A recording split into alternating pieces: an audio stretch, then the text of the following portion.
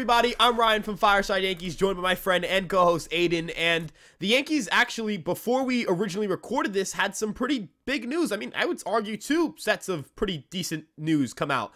First, obviously, the one that I think is maybe the most pressing has to do with James Rosen, who is somebody that apparently, according to Eric Bolin, is being strongly considered for a hitting coaching job. Joel Sherman further reported that the Yankees potentially have made an offer to him, though no one's confirmed. He said he's only had one source on that, so that's a little bit skeptical there. And then also Brendan Cuddy of The Athletic reported that the Yankees were interested in Tim Laker, who is currently the Dodgers minor league hitting coordinator, and had served as the Mariners hitting coach from 2019 to 2021. I think that these are at least two good candidates based on some of the success they've had at the major league and minor league level.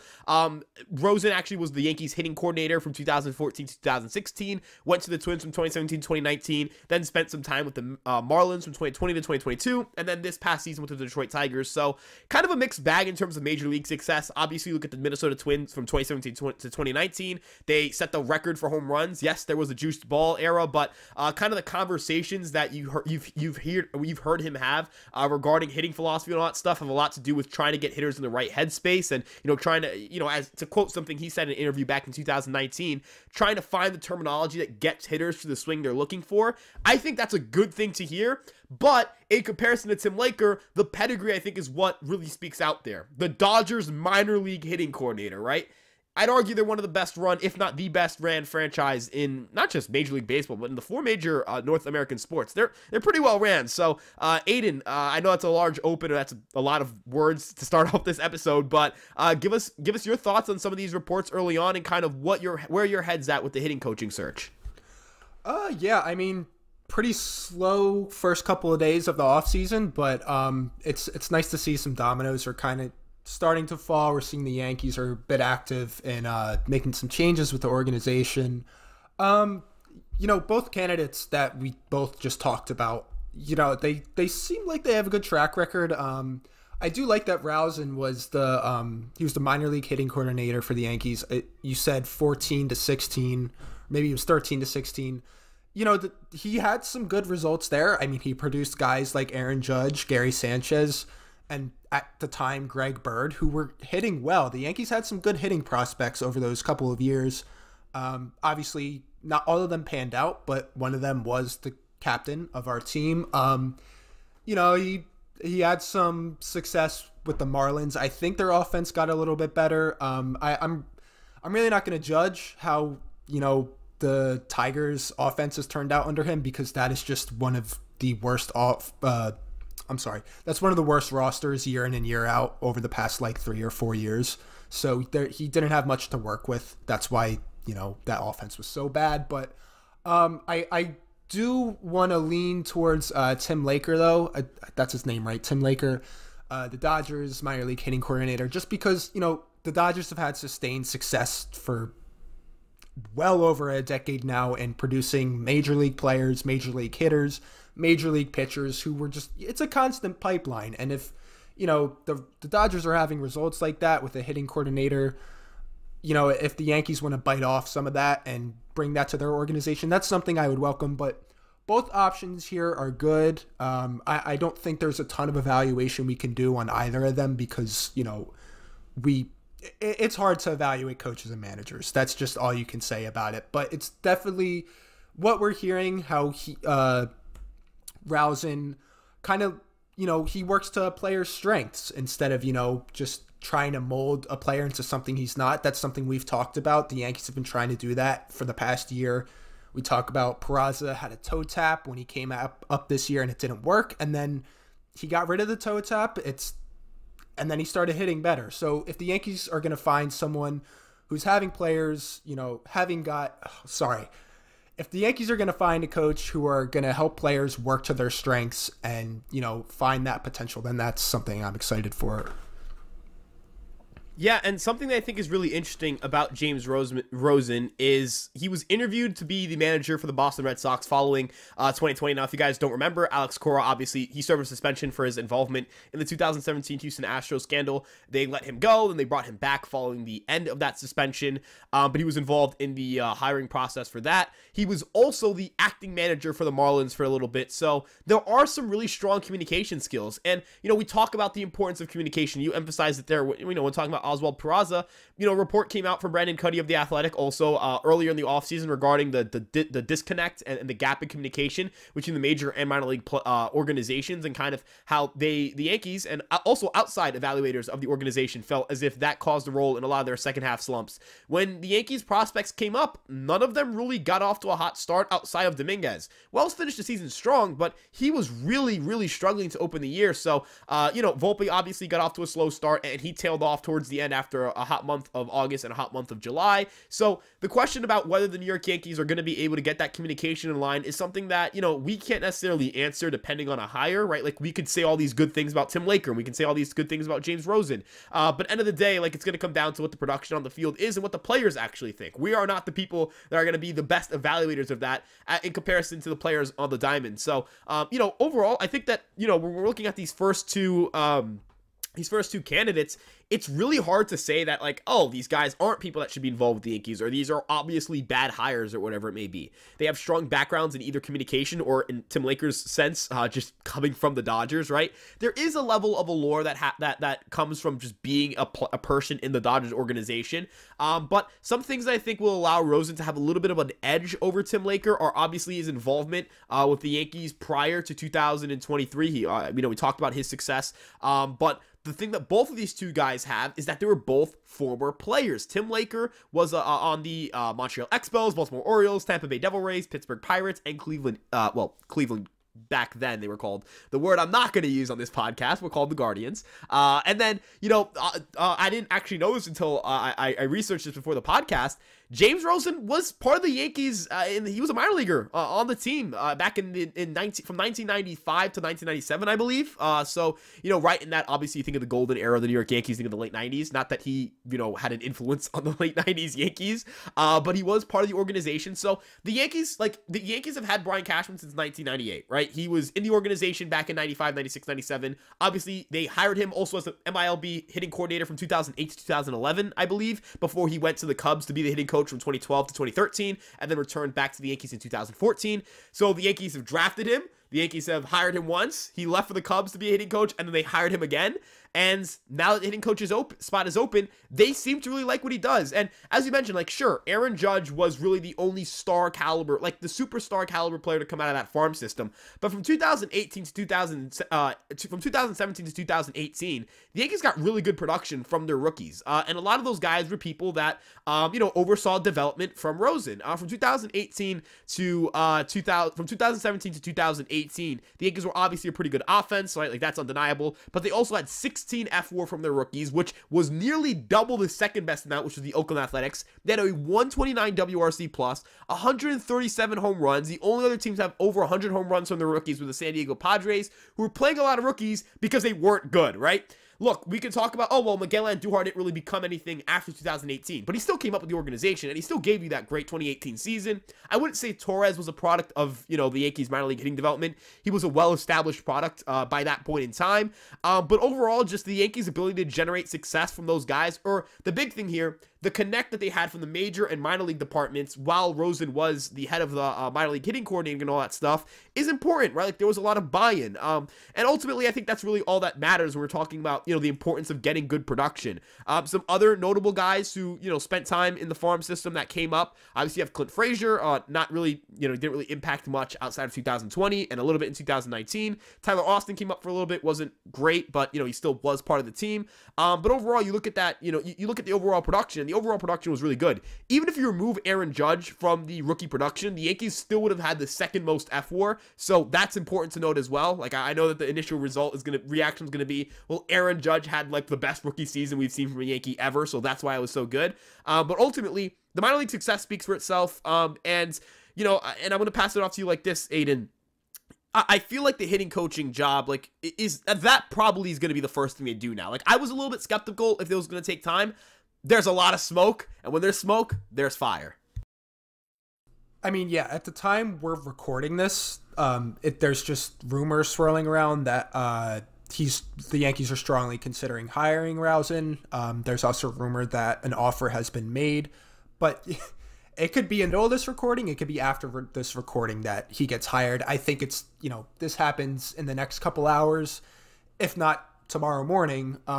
So, I mean, yeah, I'm glad that's kind of the first move the Yankees are getting out of the way, just figuring out the coaching situation. Hal and Cashman are going to speak to the media at noon tomorrow on Tuesday.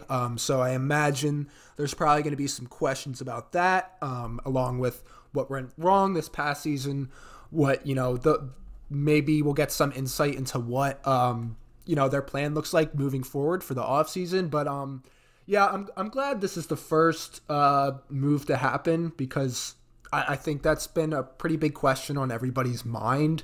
What are they going to do about this whole hitting coach thing? And, Lawson got fired in July, and, Casey was just an interim guy. So there wasn't really much of a hitting coach for the past couple months. So I imagine that, they've been thinking about this for a long time. They've been considering candidates for a long time. So yeah, the one thing I do like about Rousing and even Laker, I do like that the Yankees are considering guys that are, former players, because a lot of talk has been, Dylan Lawson never played professional baseball, or he at least never played in the MLB. So how do you expect him to connect with MLB players, whether it be rookies or veterans? So to bring in a guy who has been there and done that, has been a hitting coach for well over, just over a decade now, that's good. We're getting a guy with experience on the playing field and off the playing field in coaching. I really like that. I really hope, of course, the results are there. But what comes after this, I'm not really sure. I think I don't know when we'll get an announcement for the next bench coach, because Mendoza just went to the Mets. Congratulations to him. Free agency started, I think, about 40 minutes ago at the time we're recording this, 3 p.m. on Monday. I have no idea what their first move is going to be, Ryan. I don't know if it's retaining a guy like Frankie Montas or Wandy Peralta, or if they go out and sign a guy like Kevin Kiermaier first, maybe a Candelario, maybe some reliever we haven't heard of yet, but will give us, a bunch of great innings throughout the season. So, Ryan, what do you think their next move is?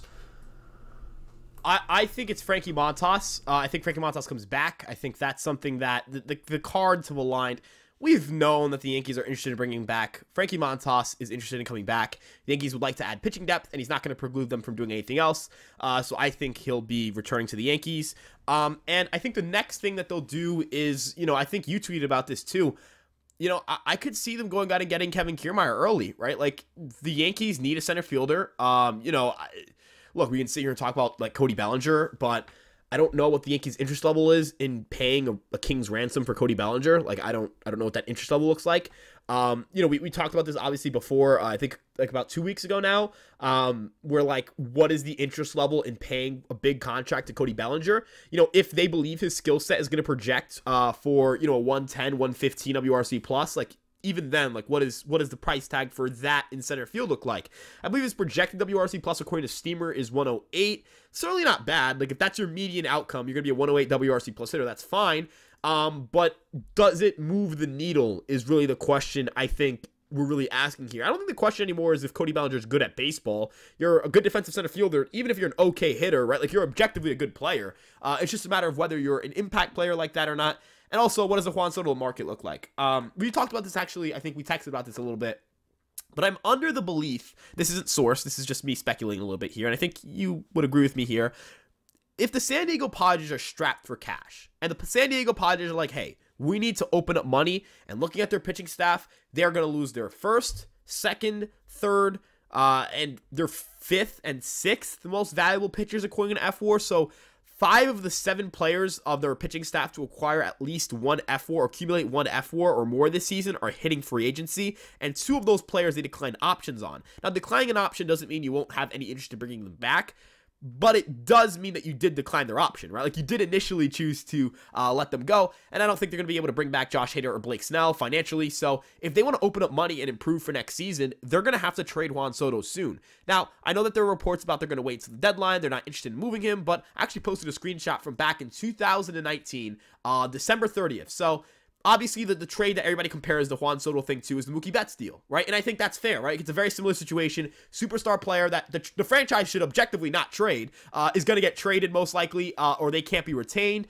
And back in 2019, on December 30th, there was a report that came out that the Red Sox are not actively shopping Betts, and that anybody's available at the right price, but they're only going to wait for a king's ransom, and they're not going to sell Betts for 10 cents on the dollar, no matter how desperate they are to trim their payroll. That last sentence was verbatim from the report.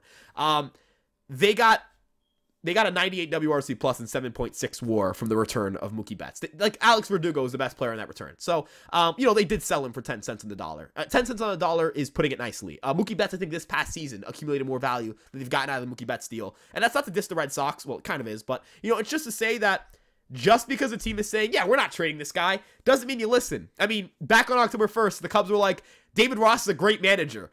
They just gave the guy the news that he got fired about 2 hours ago, and hired Craig Counsell and gave him the most money for a manager ever. So, Aiden, things move fast in this industry. I think the first big domino to fall, if I'm being honest with you, is going to be Juan Soto. I'm not saying that's the first move the Yankees are going to make, but if the Yankees are involved, if anybody big is being moved first, I think it's Juan Soto. Yeah, Ryan, things move fast. Well, I mean, things move slow in the MLB offseason, but when things happen, they happen fast, and they happen in the matter of like a couple hours, usually, I feel like. But yeah, that rumor that the Padres are, going to hold on to him and not trade him until the trade deadline, that could totally be smoke. In the MLB offseason, or even during the trade deadline, when there's rumors, nothing is true, nothing happens until it happens, okay? Like, reports can come out and they can be absolute smoke, from the front office leaking faulty information to reporters just to change industry perspectives and perceptions rather.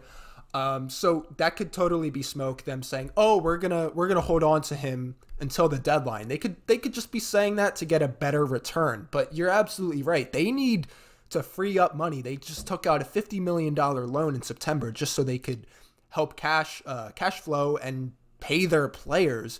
Then they got a bunch of pitchers coming off the books. We know they want young, MLB controllable pitching. The Yankees have exactly that, whether it's, their minor league prospects or if it's guys like Clark Schmidt or Michael King. So yeah, I absolutely think Soto that's a domino that could fall fast, or it could, not happen until the winter meetings. There are GM meetings in Scottsdale, Arizona. I believe that starts November 7th. It ends on November 9th. So who knows? Cashman could go and talk to Preller in Arizona and be like, hey, let's hammer this out. I know you got to deal them. So we could see that by the end of the week. I do agree. I also agree with your Montas take. I think that's something that they just kind of get out of the way, because just it doesn't, take a psychic to read tea leaves that they want to bring him back. He was out all year and he was about to hit free agency, and they're like, oh, let's give you a minor league rehab stint. And then they gave him a start at the end, an appearance at the end of the year. All signs are pointing to him getting re-signed. So that probably gets out of the way first. I think the first, open market move that the Yankees make with free agency, I really think Kevin Kiermaier is that is such a perfect fit for both sides. The Yankees need kind of like a stopgap fourth outfielder right now until Dominguez comes back. A guy like Kiermaier would probably start in center field until Dominguez comes back, and then he would move into the fourth outfield spot. We know that Kiermaier does have interest in playing for the Yankees. I believe there's been some rumors swirling about that, and then even Eric Boland did say that Kevin Kiermaier told people in Toronto he's interested in talking to the Yankees. So there's interest there. Yeah, I just saw that tweet, Ryan, from Darius Glover.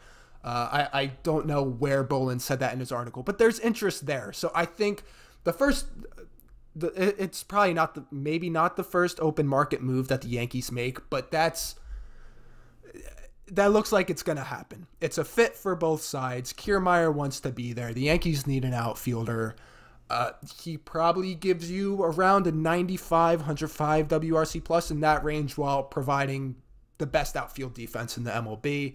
I really like that move for the Yankees. He's a nice fourth outfielder when Dominguez comes back. Ryan, what do you think about, Kevin Kiermaier, long enemy of the Yankees, potentially being a Yankee now?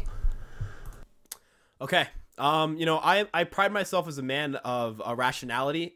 I knew the direction that some people could have thought that was going. I was not trying to make a reference. I just realized that that's the same open as another famous, a baseball speech, if you want to call it that. But I pride myself as a person of rationality. I think I do a really good job of not yelling on the podcast, which, I try really hard to do. But look, if you're complaining about Kevin Kiermaier and the New York Yankees, man, the Yankees had a bottom 5 OPS against right-handed pitching. Kevin Kiermaier has a career 103 WRC plus against right-handed pitching. He's going to hit 8th or 9th on the team. Do you know how many times last season I was like, I wish I had an average hitter hitting in the bottom of the lineup because everybody else sucks, right? He's a great defender, very fast, left-handed. He actively talked about adjustments he made to make more contact. If you're mad that the Yankees might pay him $8 million a year next season to play center field while Jason Dominguez has a UCL tear, do you know how foolish, do you know how crazy you sound? Oh, but he's hurt all the time. Who else are you going to sign, man? I looked at the center field market. I spent all morning trying to find an alternative to Kevin Kiermaier. You're either paying Cody Bellinger $170 or $180 million and taking yourself out of the Juan Soto sweepstakes, or you're bringing back Harrison Bader, or you're trying to trade for Dylan Carlson. No disrespect to Dylan Carlson, but if you're going to hate injuries, you're not going to love Dylan Carlson either, right? He just spent the season, finished on the IL, went to the 60-day IL because he had an ankle sprain or an ankle injury. Who else is there? Everyone's like, we want a young, healthy, left-handed, dynamic outfielder to play center field. Who? That doesn't exist. And if it does, it's not getting traded. You're not who would trade that? Why would I'm going to pull up and I'm being serious. I actually I think it's crazy that people genuinely think it's that easy. Here are the players who are projected to put up a 110 WRC plus or higher in center field. Julio Rodriguez, Mike Trout, Brandon Nimmo, Michael Harris Jr., Lars Nootbaar, Luis Robert Jr., Riley Green, and Dylan Carlson. Dylan Carlson's not putting up, and he's also projected to play 58 games. So if you want 58 games of Dylan Carlson, that's great. But unless somebody in any of those 7 organizations forgets how to manage a baseball team, none of those players are getting sent to the Yankees. The only player who has a chance on that list of getting traded is Mike Trout. And if we traded for Mike Trout, we would be getting another injury-prone center fielder. So you can't even say he's healthy. So again, look, I get it. Is he a sexy move? No. But if the New York Yankees get Kevin Kiermaier, it's not going to stop them from making other moves. I can't possibly fathom being mad at getting Kevin Kiermaier. How can you look at that and get pissed? I would get it if he's getting I understand when people are like, I don't want Matt Chapman. I understand that. I like Matt Chapman, but I get it, right? He's going to get what? $15 to $20 million a year? I get it. That's an actual financial commitment. But good Lord. I mean, could you imagine if could you imagine if it's announced 2 weeks from now, the Yankees have given Kevin Kiermaier a 2-year, $17 million deal, and you're complaining about it? That's all I'm saying. I'm not saying the Yankees have done things perfectly over the last 5, 6, 7, however many years you want to go back. But good Lord, how can you complain about that? It gets on my nerves. I see everybody's like, he's a left-handed batter. Yes, if Harrison Bader could hit right-handed pitching, he would still be here. I don't know how else to put this, man. But yeah, Kiermaier or Montas. It's probably the bet on the first move. Let me simmer down a little bit. Aiden, you got anything else you want to add on? I'll let you simmer down a little bit. I definitely agree. Let's not complain about a move like this. Obviously, it's not a sexy move, but not every move that the Yankees make is going to be sexy. I know we're the Yankees and we like to pay players and we like to be fans, be like, oh, how go spend money on everything and just fix everything with money. No, you have to make certain moves. You have to make depth moves. Kevin Kiermaier is a depth move, and he's providing the best defense in center field that you can get. And he's the best defensive center fielder in the league. People just like to get mad, Ryan. Okay, that's all this is. Whenever a rumor comes out and people don't like it, they just like to get mad. Yankee fans like to be mad at stuff. I got in a certain Twitter exchange earlier last week with people putting tinfoil hats on saying that the Yankees were planning rumors about Juan Soto potentially being traded to them just so they could sell more tickets to spring training and for the year. But let me repeat that. People said the Yankees were planting rumors that they wanted to trade for Juan Soto so they could sell more tickets. The highest valued franchise in baseball, the second highest valued franchise in professional sports, is planning rumors to sell more tickets. It's the most recognizable brand in sports. They're planning rumors to sell tickets. Give me a break. Okay? People just like to be mad. People hear Kevin Kiermaier and know that he's not a good bat and just want to get mad. Not every move the Yankees make this offseason is going to be something you like, but this is a move that will probably end out turning out well. It's not expensive. It's not a huge financial commitment. It's a 3-year deal at the most. So let's simmer down. And we don't even know if the move is made yet. Nothing is fine. I just said before, nothing happens until it actually happens. So, Ryan, that's all I got. It's going to be a very, very long offseason on Yankees Twitter. It's already been a hellish first 5 days. Let's hope it just goes fast. I can't wait till it's March. Yeah, look, I mean, end of the day, the Yankees have a lot of holes they're going to have to fill, and you can't spend... Unfortunately, this free agent market isn't one where you can just sign a lock to be in the Hall of Fame immediately. So, yeah, like, if we're going to complain before the season's even started, or before the offseason's even really kicked off, like, if Juan Soto gets traded into the Chicago Cubs, trust me, I will be pitchforks and everything. I'll show up with pitchforks. You know what I mean? I'll be ready. Like I'll be locked in. You know what I mean? But man, I don't see it. You know what I mean? I don't see the reasons to be mad just yet, right? And Kevin Kiermaier would not be a reason to be mad. So with that being said, thank you guys so much for listening through this entire podcast. I apologize to my mother for yelling because she was in a meeting and she just texted me about it. So Miss Ma, I'm sorry. I apologize. With that being said, you guys can check us out on YouTube. Obviously, you guys can like and subscribe. That really helps us in the algorithm. And if you guys turn on that notification bell, you won't miss out on any of the content we've got coming out. Follow us on our socials. We have Twitter, TikTok, Instagram, and Facebook. And of course, you guys can follow our personal Twitter accounts. I'm not calling it the new name for Twitter. And it's above our heads. I'm Ryan. This is Aiden. We'll see you guys in the next one. Peace out.